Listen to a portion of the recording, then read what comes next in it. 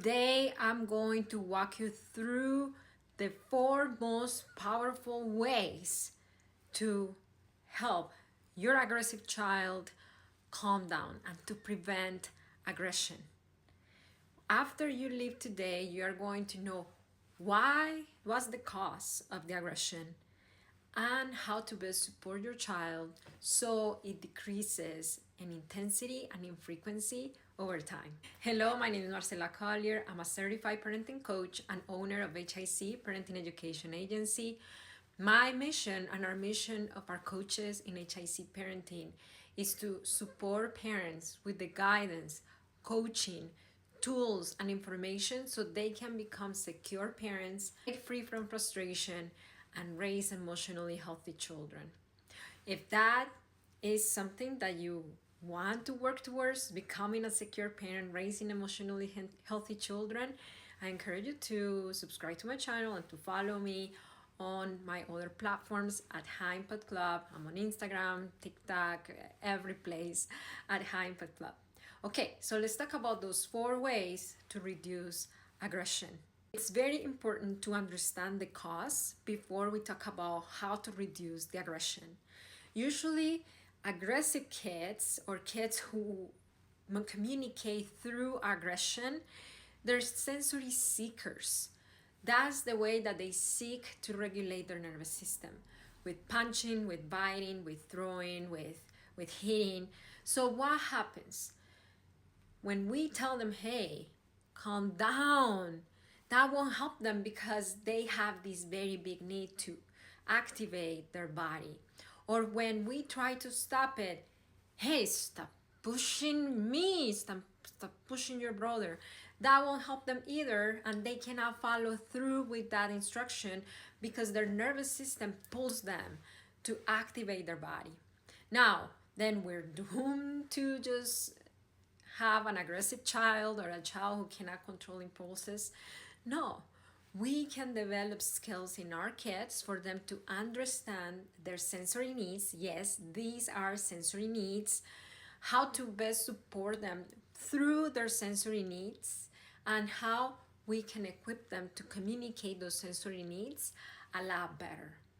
So I'm going to walk you through these 4 ways, all geared towards meeting those sensory seeking needs. And the byproduct of that is that the aggression will reduce. The aggression will decrease over time. The example of that is one of my clients. Her name is Paola. She came to HIC Parenting because she had a child with a lot of aggression. And after we trained her on unveiling his needs and meeting his sensory needs, then his aggression reduced big time, and all because she understood her son's needs and she got the direct guidance from us telling her, hey, if you see this, do that. And this is what she's saying. I've Hello, been able to Paola, how handle him things are better going? when I Well, see his anxiety since I've been starting able to and tantrums have understand decreased his big anxiety. time. Now, let's move on to these 4 ways. Number 1, sensory breaks. Especially if your child expresses their aggression during playtime.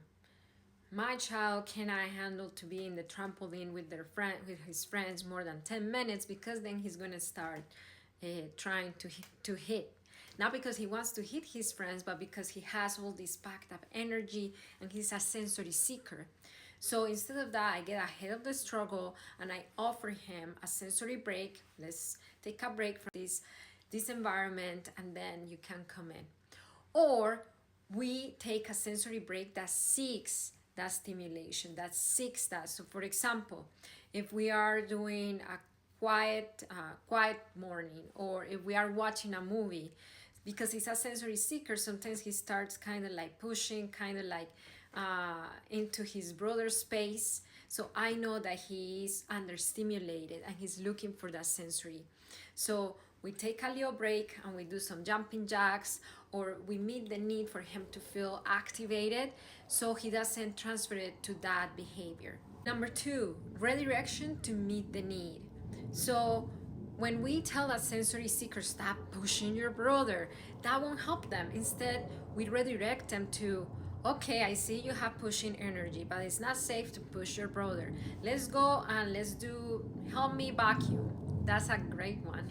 Or help me do something that activates you that is safe for you, for your brother, for everyone. Number three, preventative prompting. Preventative prompting is basically when we get into that space, that environment that activates them, that normally activates them, for us to equip them with what to do if they feel too activated. So we're about to jump in the trampoline with our friends.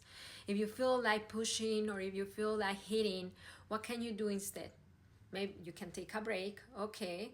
Or what can you do instead? You can jump a little higher, okay. What else can you do? Maybe you can get out of the trampoline or do some jumping jacks, okay. So that's preventative prompting. And number four, becoming a secure parent, because our children feed off of our energy. If we are escalated, if we are rushing, if we are upset, if we are aggressive, if we are as activated or more than them, then there is no way that they're going to calm down their aggression. These are sensory needs, and we meet sensory needs by giving children what their nervous system needs to calm down. In this way, activating their nervous system in a different way. If you're like, Marcela, I have a lot of questions. What about this? What about that? We have a full training in meeting sensory needs. Over there, you're going to see me and our neurocomplex coach, if you have a neurodivergent child, coaching parents directly on this topic to reduce aggression, to make daily routine a lot smoother, to reduce power struggles, hitting episodes, pushing episodes, biting episodes. So if you want to access, all you have to do is go to the description. It's just a $17 access for you to watch this amazing training, and many parents like you who were getting guidance on how to meet their children's sensory needs, reduce aggression, and have a better and easier daily routine with them.